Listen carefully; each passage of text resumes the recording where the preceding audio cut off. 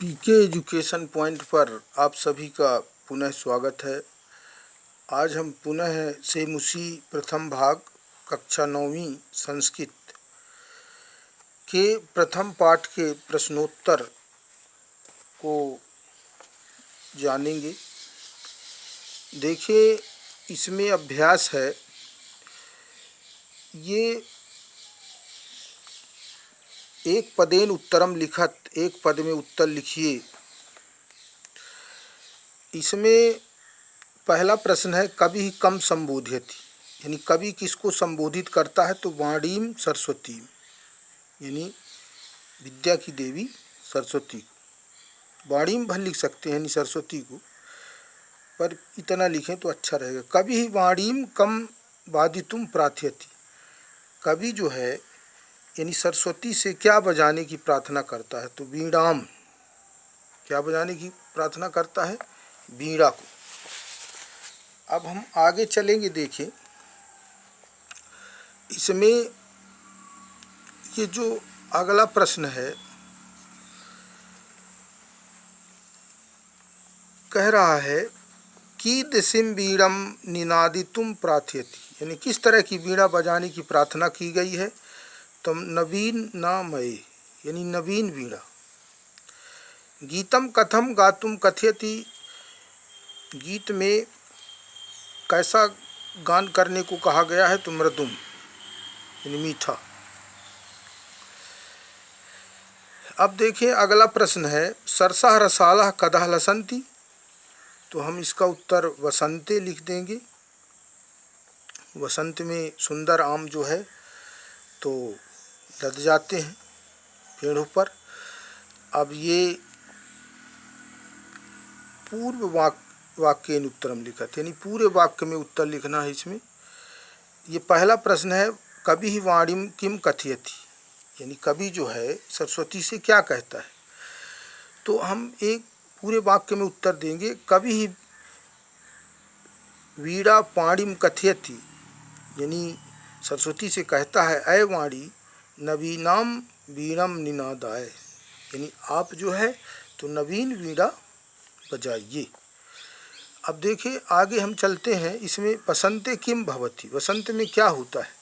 तो वसंते सरसा रसाला लसंती कोकिला च कूजंती, यानी बसंत ऋतु में मीठे आम जो है लग जाते हैं पेड़ों पर, और कोयल जो है कू की आवाज़ करने लगती है। अगला प्रश्न है ललितम तो वीणा माकांड कथम उच्छलेत, यानी यहाँ कहा अकांड यानी सुनकर, सलीलम माने होता है जल। जल आपको देखकर किस प्रकार उच्छलित हो? तो सलीलम तो वीणा माकांड सलीलाम उच्छलित, यानी अटखेली करता हुआ उछलने लगी। आपकी वीणा, मधुर वीणा को सुन करके, है ना, अटखेली करता हुआ उछलने लगे। सलीलम, ये सलील माने जल होता है, पर ये सलीलाम मतलब होता है उछलने लगना, कूदने लगना।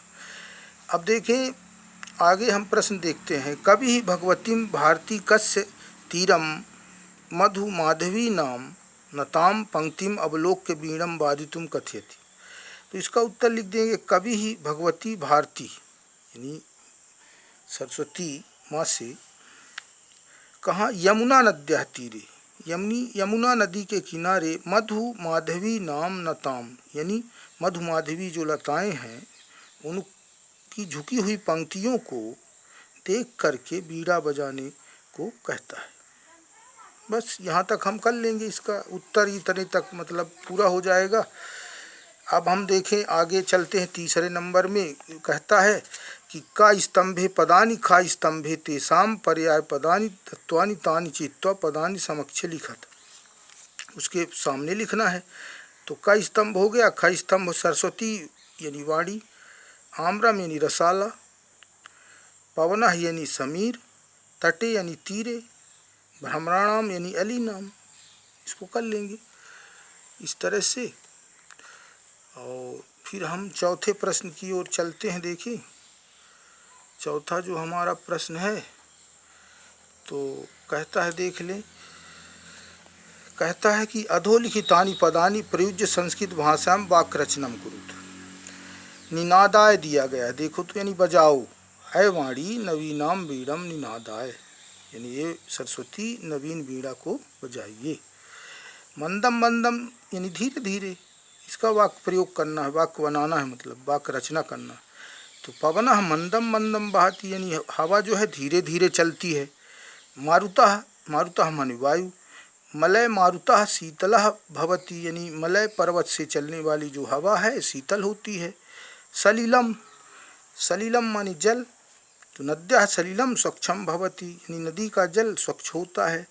सुमनः यानी फूल, सुमनः विकसति, यानी फूल खिलता है।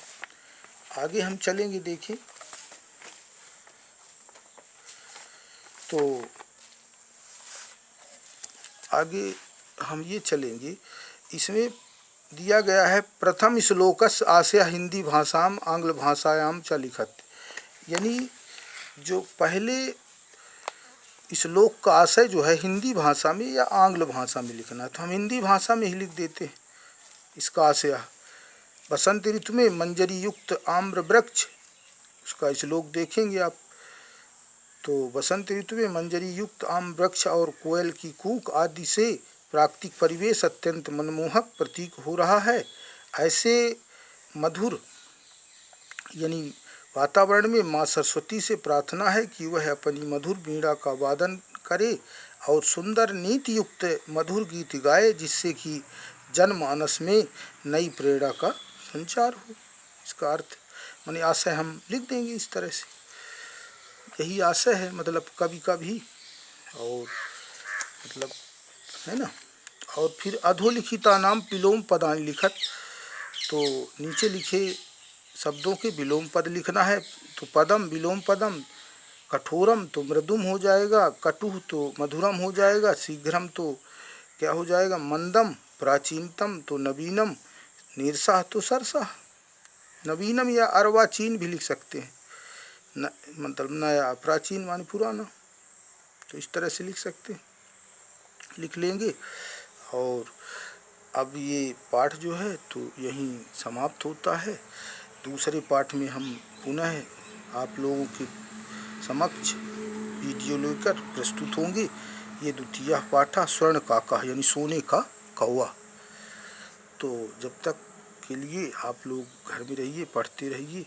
हमारी इस चैनल को अगर आप लोग सब्सक्राइब नहीं किए हैं तो सब्सक्राइब अवश्य कर लें, जिससे आप लोगों को समय समय पर वीडियो प्राप्त होते रहें। जय हिंद, जय